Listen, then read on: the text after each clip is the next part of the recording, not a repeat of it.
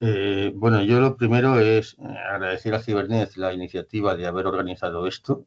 Eh, yo tengo aquí unas notas hechas de, digamos, consejos del abuelito, de un poco que, de lo que debe ser un poco, en mi experiencia, resume un poco mi experiencia como solicitante de proyectos, ha sido, unos me los dan y otros no, y como evaluador de proyectos, tanto en convocatorias nacionales como regionales como internacionales. Y lo que quiero es, en la medida de lo posible, pues daros una serie de consejos que yo creo que normalmente la gente hay cosas que tiene en mente y cosas que no tiene en mente, que son importantes. Y no tengo una presentación hecha, de hecho era un poquito un comentario un poco desestructurado para que provocaros un poco y dar tiempo a las preguntas, ¿no? Mi primer consejo, aunque parezca una tontería, es leeros el BOE. Cuando uno solicita un proyecto suele ser convocado por el BOE, tanto si es la Acción Estratégica de Salud como los proyectos del MICIU, y realmente no se lo lee nadie. Entonces, cuando uno se lee el BOE, ya tienes un primer conflicto. En el BOE dicen siempre muy claramente que los proyectos tienen que ser innovadores. O sea, no me pide usted lo que ha estado haciendo toda la vida, pero también tiene que demostrar uno que tiene experiencia en el proyecto que pide, con lo cual es un arte, es como las 7:30. Uno no se puede pasar de innovador, pero tampoco tiene que quedar claro que es demasiado continuista. Y el quedarse un poquito en tierra de nadie es un poquito un arte. Mi mejor consejo, desde luego, es que los solicitantes a la hora de escribir un proyecto, que se pongan los zapatos del que lo va a evaluar. Y esto es importante porque el evaluador, por un lado, le va a tocar evaluar 10 proyectos en una semana y puede que tenga más tiempo, puede que tenga menos tiempo, obviamente uno nunca tiene tiempo. Y luego otra cosa que la gente que pide proyectos normalmente se equivoca es que uno piensa que se le va a evaluar el mayor experto en el tema que haya a nivel nacional o internacional, y eso no es verdad. Muchas veces nos toca evaluar proyectos de los que no tenemos ni idea, o casi ni idea, sobre la temática del proyecto, pero eso no quiere decir que no se pueda evaluar el proyecto. O sea, no me refiero que yo que trabajo en Parkinson me voy a tocar evaluar un proyecto sobre la influencia del campo gravitacional terrestre en las costumbres migratorias de la abeja negra africana en la época del celo. Tampoco vamos a llegar tan lejos, pero me puede tocar evaluar un proyecto de un biomarcador de vesículas extracelulares en líquido cefalorraquídeo de Alzheimer, y no sé prácticamente nada de vesículas extracelulares, y de Alzheimer sé bastante poco, pero con eso es suficiente con una visión panorámica para evaluar un proyecto. Entonces, no penséis que quien va a evaluar el proyecto es el super experto en el tema. Puede que sea alguien muy colateralmente experto en el tema, y se lo tenéis que poner fácil. Se lo tenéis que poner fácil porque le va a tocar evaluar muchos proyectos en poco tiempo, y una persona que tenga experiencia en evaluar proyectos rápidamente sabe un poquito distinguir qué proyectos tienen mejor pinta de cuáles tienen peor pinta, y eso te condiciona tu opinión al final en el informe que vas a hacer. Entonces, poner las cosas fáciles, si por ejemplo el proyecto tiene una extensión máxima de 20 páginas, no hace falta hacer las 20 páginas, si se puede hacer en 15 mejor, y si se puede hacer en 10 mejor. Como decía antes, tiene que ser innovador, pero tenéis que tener experiencia previa, con lo cual siempre suele venir bien demostrar que tenéis resultados preliminares sobre el proyecto que vais a pedir. Eso da más potencia o más seriedad al proyecto, de que se construye sobre algo que ya tienes. Y luego, eh, un poco pensar, claro, cada uno tendrá su forma de hacerlo, un poco pensar cómo va a leer el proyecto el evaluador. Tener en cuenta que el evaluador, como os he dicho, puede ser más o menos experto, puede tener más o menos tiempo, y en qué se fija un evaluador, porque básicamente en el informe va sobre varias casillas.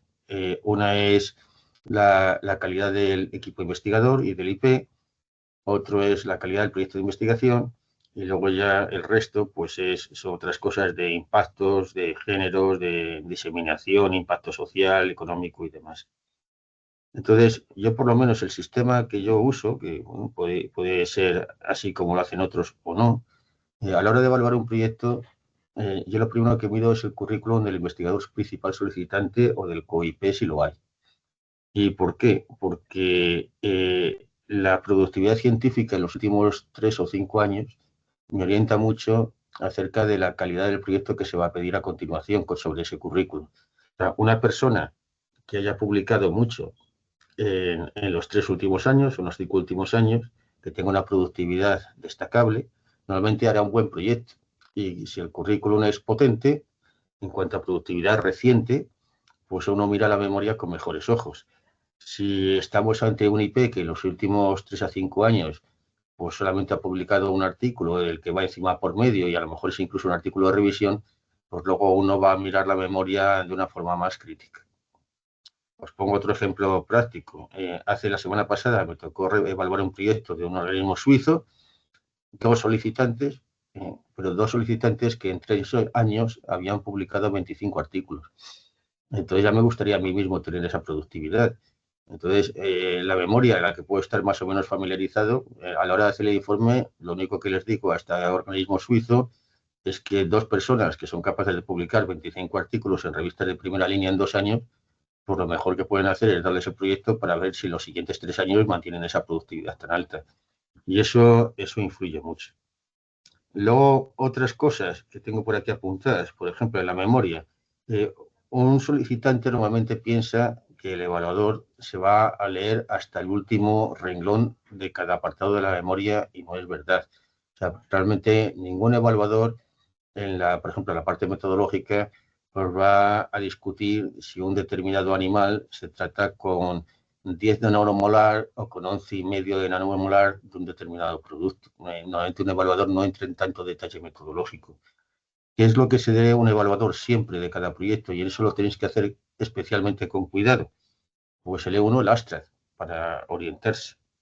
Otra cosa que uno lee siempre es la hipótesis y los objetivos. Y las tareas concretas diseñadas para alcanzar esos objetivos y validar o refutar la hipótesis que se ha planteado. Luego el resto de la metodología y tal, no sé, eso ya se ve un poquito por encima porque realmente uno evalúa los proyectos no al peso, pero sin entrar en tantísimo detalle. ¿Qué más cosas? Otra cosa que sí que os quiero hacer hincapié. En los proyectos actuales, tanto del FIS como del MICIU, cada vez de la memoria técnica, cada vez ocupa más espacio todo el tema de impacto social, impacto económico, equilibrio de géneros, actividades de diseminación, actividades translacionales, y cada vez la parte científica ocupa menos. ¿Qué ocurre? Que la gente, el tema de los impactos, de los géneros, de la política de diseminación, normalmente se lo pone muy, muy por encima. Por ejemplo, cuando uno habla de la política de diseminación de resultados del proyecto, si yo recibo un proyecto que dice, no, lo que queremos es publicar en las mejores revistas posibles, publicar cuanto más sea posible, eso no es ningún plan de diseminación. Hay que hacerlo más serio, hay que hablar de política de open access, hay que hablar de política de situar tus datos en repositorios públicos para asegurar transparencia, etcétera, etcétera. ¿Y por qué os lo comento? Porque es la parte más incómoda de rellenar, todos los impactos, equilibrios de género, política de open access, etcétera, etcétera, pero, y además es la parte que puntúa menos. Pero ¿qué ocurre? Que para que un proyecto lo financie, normalmente tiene que pasar de 80 puntos sobre 100. Os sorprendería saber cuántos proyectos se quedan en 78, porque la gente no pone interés en rellenar toda la parte rollo de impactos, etcétera, etcétera. Y ahí se pierden unos puntos que son críticos a la hora de que si el proyecto está entre Pinto y Valdemoro, pues lo mismo se queda en Pinto y no llega a Valdemoro. Entonces, en todas esas partes que son más rollo, de verdad, muchos proyectos se caen porque ahí no se le ha puesto la suficiente énfasis, ¿no? Luego, por ejemplo, en los proyectos del MICIO, en el FISPO será más o menos igual. Pues mucha gente marca la casilla de que solicita una beca FPI para un doctorando. Eso está bien. Luego, según las convocatorias, pues hay años en los que hay más dinero para FPI y años en los que hay menos. Pero si solicitas un becario FPI, tienes que demostrar que hay un plan de formación detrás de ese becario. No basta simplemente con marcar la casilla y decir, no, el becario va a estar aquí todo el día currando. No, hay que hacer un plan de formación serio, de entrenamiento y demás, ¿no? Y poco más. O sea, básicamente intentad ponerle al evaluador las cosas lo más fáciles posibles. Hay cosas que queráis enfatizar en el proyecto, lo podéis escribir en negrita para que en un vistazo rápido sea más fácil de comprender. El currículum, desde luego, os lo garantizo, cualquier evaluador prácticamente va a ser lo primero que va a mirar. y el currículum tiene que ser razonable. Por ejemplo, que el que alguien incluya como mérito en el currículum, pues ser el tercer firmante en un congreso regional celebrado en La Rioja, pues eso me da igual que lo pongan que no lo pongan, porque no lo van a evaluar nadie. Y luego, la hipótesis tiene que ser una hipótesis, ¿no? Los objetivos tienen que ser lógicos para refutar o validar esa hipótesis, y las tareas tienen que ser lógicas para la consecución de los objetivos. Y luego, por favor, y cada vez es más importante el ponerle atención al todo el tema de la parte de impactos, géneros, traslación, política de diseminación, porque ahí se pierden muchos puntos que son fundamentales para pasar la línea roja de que un proyecto se conceda o no se conceda. Y básicamente esas son mis recomendaciones iniciales, porque también me gustaría saber qué es lo que piensa el doctor Diego Clemente, y luego ya podemos charlar en extenso en lo que queráis. Pues muchas gracias, José Luis. Pues bueno, vamos a dar paso entonces a Diego Clemente, que es investigador principal del Grupo de Neuroinmunorreparación del Hospital Nacional de Parapléjicos desde 2015. Es miembro también de Cibernet como IP. Y bueno, pues desde 2015 ha conseguido financiación a través del Carlos III de forma consecutiva hasta el día de hoy, y además de contratos colaborativos con empresas farmacéuticas. Y bueno, el grueso de financiación del grupo, de la financiación pública, pues viene vía Carlos III, con estos 4 FIS, 2 becas PFIS, la red y Ciber. Así que seguro que nos puede aconsejar muy bien a la hora de cómo orientar los proyectos, sobre todo vía convocatorias del Carlos III. Así que Diego, muchísimas gracias por participar hoy, por estar aquí con nosotros, y nada, estamos deseando escucharte. Bueno, muchas gracias, Cris. Buenos días a todos y a todas. No sé, espero que estéis viendo la pantalla que ya he puesto a presentar. ¿Me confirmáis, por favor? Vale. Sí, Porque con esto, como dejas de ver a la gente, pues no sabes si se están durmiendo o no, porque además no tenéis encendidas las cámaras, con lo cual no sabemos el interés exacto que tiene la audiencia, ¿no?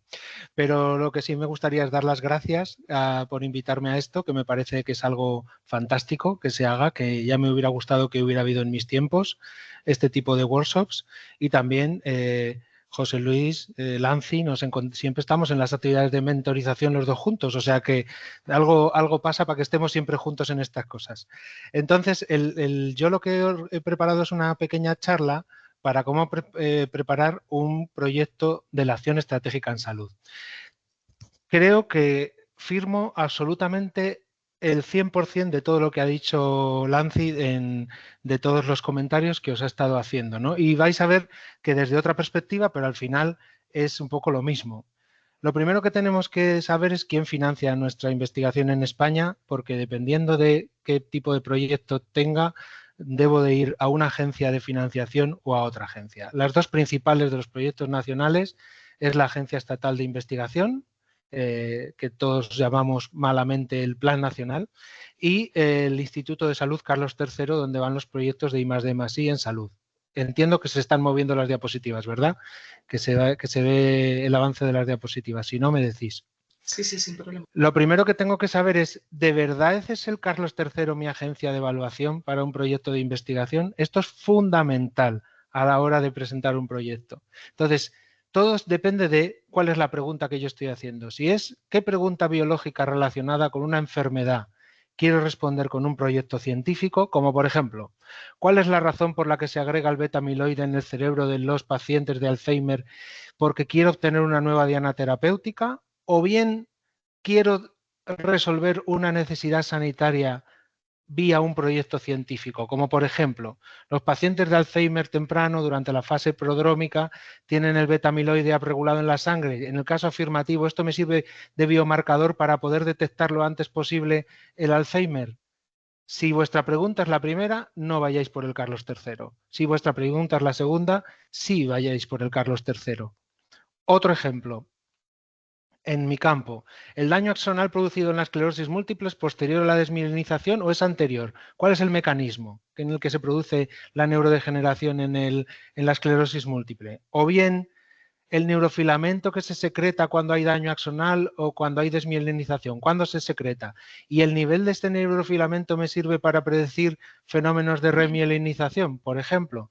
Pues si vuestra pregunta es la primera, es el mecanismo de la enfermedad, es mejor ir por la agencia estatal. Si vuestro mecanismo es intentar ayudar a determinar algo de una enfermedad, entonces vuestra línea puede ir por el Carlos III. Si bien es cierto que si os leéis el BOE, ninguno de las dos agencias impide que presentes un proyecto a cualquiera de las dos. Yo os digo para que tengáis posibilidades de conseguirlo. Preguntas que no vienen en las preguntas frecuentes. ¿Se pueden utilizar modelos animales en los proyectos de la acción estratégica en salud? Por supuesto que sí.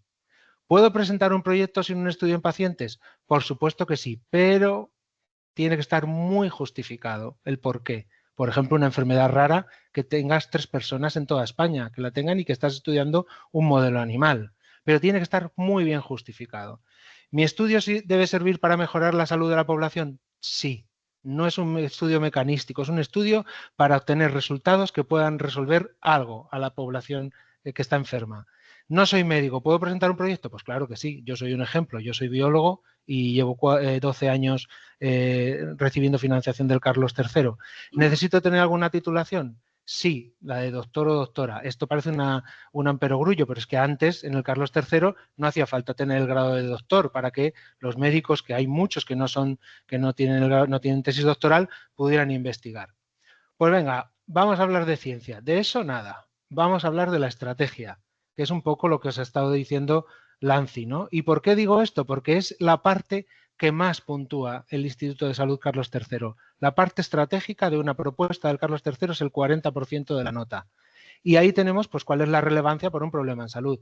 Si yo quiero saber cómo afecta la ansiedad al número de padrastros que me produzco cuando me muerdo los dientes, o digo los dedos, cuando estoy nervioso, pues evidentemente ahí no te van a dar muchos puntos. Si es la esclerosis múltiple y está bien fundamentado qué parte de la esclerosis múltiple quiero estudiar, te van a dar más puntos. Pensad que es un 15% de la nota. Esto está sobre 100, o sea que son 15 puntos sobre 100. La aplicabilidad, y esto es algo fundamental para cuando vas por el Carlos III.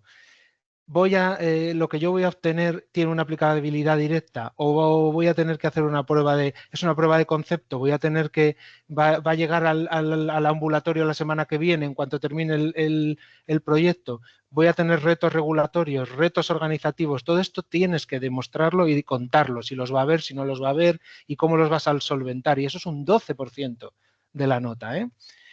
Y luego, si tengo capacidad de transferencia, es decir, si voy a poder hacer un kit pronóstico, si voy a poder patentar un biomarcador, si voy a poder hacer un prototipo de un exoesqueleto. Eso es un 8% de la nota. Por tanto, ya veis que es bastante la parte estratégica, pero todo esto nos suma 40, porque luego hay dos partes que ha dicho Lanzi muy por encima que son importantísimas. Una es la perspectiva de género.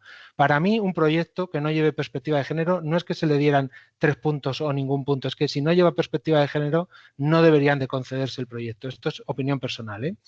Pero en el Carlos III, en la última convocatoria, si tenías bien descrita la perspectiva de género te daba 3 puntos y si no la tenías bien descrita te daban 0 puntos. No hay nada intermedio. Entonces, ejemplos. Por ejemplo, yo he leído, estas son cosas que he leído, como la esclerosis múltiple es más prevalente en mujeres que en hombres, pues en los experimentos que voy a hacer en animales solo voy a usar hembras. Eso no es perspectiva de género, no es correcta. Recibiremos las muestras de los pacientes de nuevo diagnóstico según vayan debutando. Y si tengo mala suerte y resulta que tengo, en la esclerosis múltiple son 3 mujeres versus un hombre, y resulta que por el reclutamiento tengo 3 hombres versus una mujer, pues mala suerte. Pues no, eso no es perspectiva de género y no te van a dar los puntos. Tiene que estar claramente definido que vas a estudiar los dos sexos y por qué. Obviamente, si es de cáncer de próstata, no vas a estudiar los dos sexos. Pero si es cualquier otra enfermedad o la mayoría de las enfermedades, pues tienes que reflejarlo. Y algo muy, muy, muy importante y que viene desde las instituciones europeas y que cada vez está tomando más importancia es la participación ciudadana. Y fijaos que el año pasado era, sí está contemplada 3 puntos, no está contemplada 0 puntos. ¿Qué es participación ciudadana? Por ejemplo, pues hago un proyecto muy bonito y lo voy a difundir a la sociedad, incluidos los pacientes, por supuesto, en las redes sociales. Eso no es participación ciudadana. Voy a informar a las asociaciones de pacientes de cómo va el proyecto y recibiré su feedback para reorientar el proyecto a sus necesidades. Me acerco a los pacientes y les escucho. Eso no es participación ciudadana. ¿Qué es participación ciudadana para el Instituto de Salud Carlos III? Los pacientes y las pacientes participan en la detección del problema clínico, en el diseño del proyecto, en la evaluación y en el seguimiento del proyecto. Eso sí es participación ciudadana. Si solo vas con lo de la izquierda o lo de la derecha, no te van a dar los 3 puntos. Si vas con lo del medio, sí te van a dar los 3 puntos. Obviamente, si es un proyecto solo de animales de experimentación, es muy difícil que haya participación ciudadana. Si es un proyecto que implica pacientes, pues es un proyecto en el que es más probable que tengas participación ciudadana. Pues venga, ahora sí que vamos a hablar ya de la ciencia, por fin. Pues la parte científica es el 30% nada más del proyecto. ¿Y qué tiene que tener? Pues la calidad científica, pues lo que ha dicho Lancy, originalidad sin pasarse, pertinencia, o sea, que tenga interés, efecto incentivador, es decir, que abras una nueva línea, pero tienes que demostrar, como bien ha dicho Lancy, que sabes de lo que estás hablando, ¿no?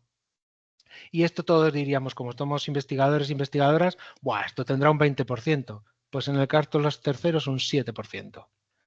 La calidad metodológica, la hipótesis y los objetivos que coincido con Lancy en que son de lo más importante o lo más importante de un proyecto. La metodología para alcanzar esos objetivos, sin dar muchos detalles, también estoy de acuerdo. La estadística en estos proyectos, el cálculo de la muestra, cómo lo haces, qué sesgo va a tener tu muestra. Os pongo un ejemplo, pues yo sí utilizo bancos de cerebros de pacientes de esclerosis múltiple, están sesgados hacia formas más agresivas de la enfermedad, pues lo describes. El plan de contingencia, el plan de gestión de datos, que también lo ha mencionado Lancy, que cuando trabajas con muestras humanas es muy importante, pues esto, pues diríamos, también muchísimo, pues es un 8% de la nota. Y luego la viabilidad. Todo esto que estoy diciendo, ¿soy capaz de hacerlo con el equipo que tengo, con la infraestructura que tengo? Voy a mirar biomarcadores de remilenización con PET, pero no tengo un PET, pues no vas a tener, evidentemente no es viable, ¿no? Cómo distribuir las tareas, el cronograma, el presupuesto, eso es un 15% de la nota. ¿Ya está el tema científico? Pues sí, ya está, no hay más. Hasta aquí va la ciencia. Vamos con el equipo investigador, que eso es muy importante también. Es el 22% de la nota de un proyecto del Carlos III como este equipo. Por supuesto, como es el investigador principal del IP y del COIP. Todo lo que os podéis imaginar, papers, proyectos, patentes, pero en el Carlos III también te valoran muy positivamente que tengas lo que ha dicho Lancy, acciones de difusión y de divulgación, pero incluso notas de prensa, participación en medios de comunicación, que tu ciencia llegue a la ciudadanía. Y eso es un 12% de la nota, el investigador principal. El equipo, pues que esté adecuado a las tareas, que por ejemplo, si vas a hacer un estudio de resonancia magnética y no tienes radiólogos, pues a ver si me entiendes, estoy poniendo ejemplos extremos, ¿no? Pero si no tienes un radiólogo en el equipo, no lo vas a saber hacer, no lo vas a poder hacer. Eso es un 5% de la nota. Y en estos equipos, en los proyectos del Carlos III, es muy importante que nos quitemos esa mentalidad de que somos biólogos, bioquímicos, biomédicos, ingenieros, los que... No. Aquí tienes que demostrar que tienes un equipo interdisciplinar que ayude unos a otros a que los resultados de tu proyecto científico lleguen a los pacientes y por eso son muy bien valorados, siempre y cuando estén justificados correctamente, equipos multidisciplinares en los que haya médicos, enfermería, fisioterapeutas, depende del proyecto, ¿no? Además de eso, si tienes capacidad formativa, te dan 3 puntos. ¿Y qué es capacidad formativa? Pues todo esto que veis aquí, ¿no? Que es lo que os imagináis, TFMs, tesis doctorales, tener postdocs en tu grupo y también en el caso de los médicos, ser tutor de residentes, que eso no significa que por tu servicio pasen 645 MIRES, no, sino que eres el tutor de los residentes. Y también tienes que tener capacidad de atracción de talentos y tienes ayudas investigadores en tu grupo, FPU, o PFIS, o de postdoc más senior. El plan Investigo no es capacidad de atracción de talento, tú no has competido para conseguirlo, ¿no? Entonces, con todo esto es lo que tú tienes tu equipo, lo que te da los puntos. Y dices, pues, ¿ya está todo? Pues me temo que no. Hay otros aspectos que tienes que saber a la hora de pedir un proyecto del Carlos III, que está los puntos estratégicos del propio Instituto de Salud Carlos III. Por ejemplo, si tu institución es un instituto de investigación sanitaria, un hospital o un centro de salud, te dan 3 puntos. No sé quién está hablando por ahí.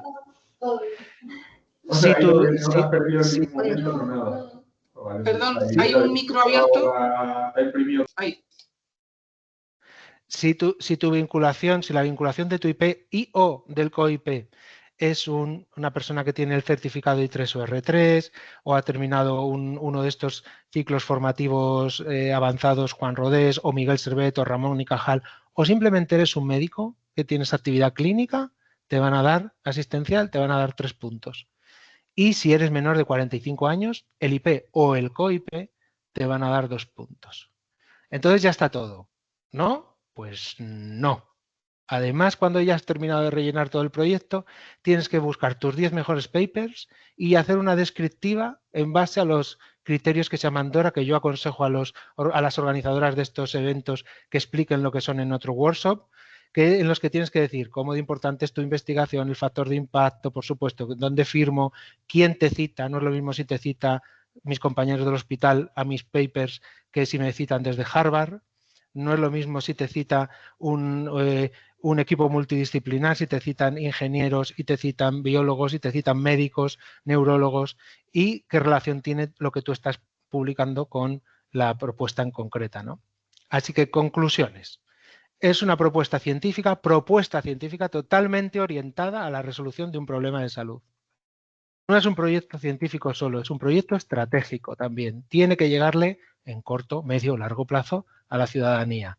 El Carlos III premia la excelencia, eso es verdad, pero también la capacidad de transferencia a la ciudadanía. Como ha dicho Lanzi, la participación ciudadana y la perspectiva de género son muy...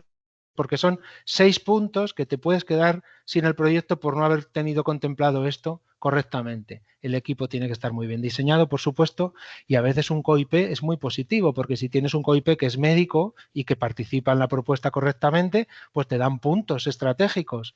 Y si eres una persona joven o eres una persona que trabaja en un hospital, pues ir por el Carlos III también es una buena opción. Finalmente, 2 consejos. Si vais a preparar una propuesta del Carlos III, ponte a prepararla ya, pero no el proyecto, la propuesta globalmente, para que os hagáis una idea. Igual soy un poco ansias, yo estoy en mi primer año del proyecto este año, pero yo ya estoy pensando en qué voy a pedir en 2027, que me toca volver a pedir. Ya empezaba a darle un poco de vueltas, porque fijaos en todo lo que tienes que pensar.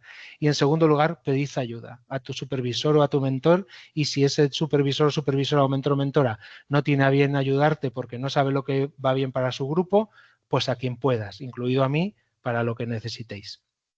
Así que yo encantado de responder las preguntas que queráis.